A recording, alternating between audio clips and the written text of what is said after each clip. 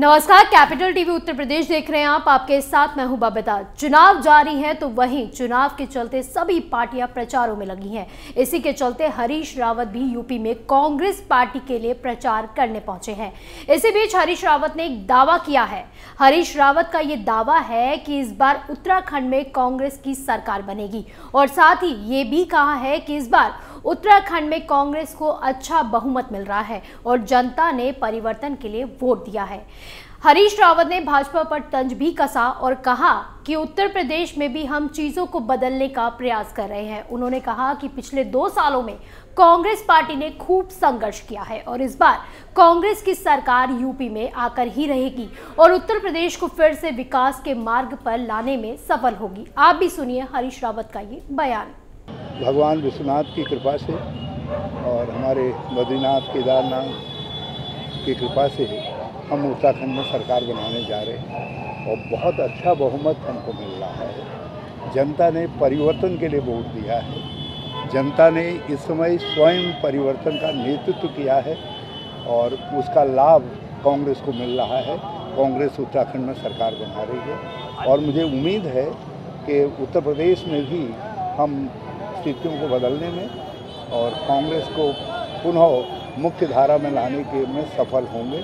जिस तरीके से पिछले 2 साल में हमारे उत्तर प्रदेश के कांग्रेस के लोगों ने संघर्ष किया है, भगवान विश्वनाथ उनकी ज़रूर सुनेंगे और वो मुख्य धारा की एक बड़ी पार्टी के रूप में, एक बड़ी शक्ति के रूप में उत्तर प्रदेश के राजनीतिक स्थायित्व के लिए और उत्तर प्रदेश के गरिमा को जो कहीं खो गई है उसको पुनर्स्थापित करने के लिए, विकास को फिर से रास्ते पर लाने के में सफल होगी।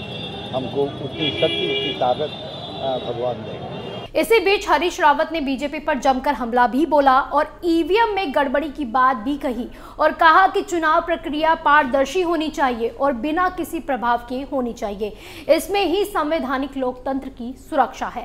चुनाव पद्धति टेम्पर्ड क्यों हो रही है? चुनाव प्रक्रिया जो है पारदर्शी होनी चाहिए और वो बिना किसी प्रभाव के बाहर होनी चाहिए।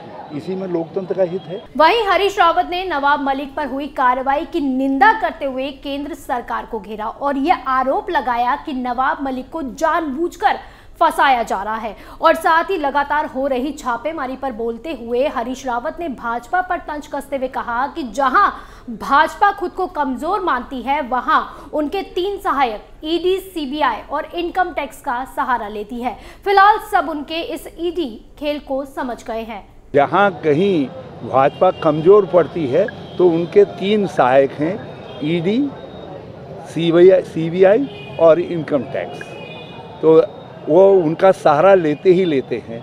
जहां विपक्ष मजबूत है, विपक्ष को कमज़ोर करने के लिए इन हथियारों का इस्तेमाल करते ही करते हैं।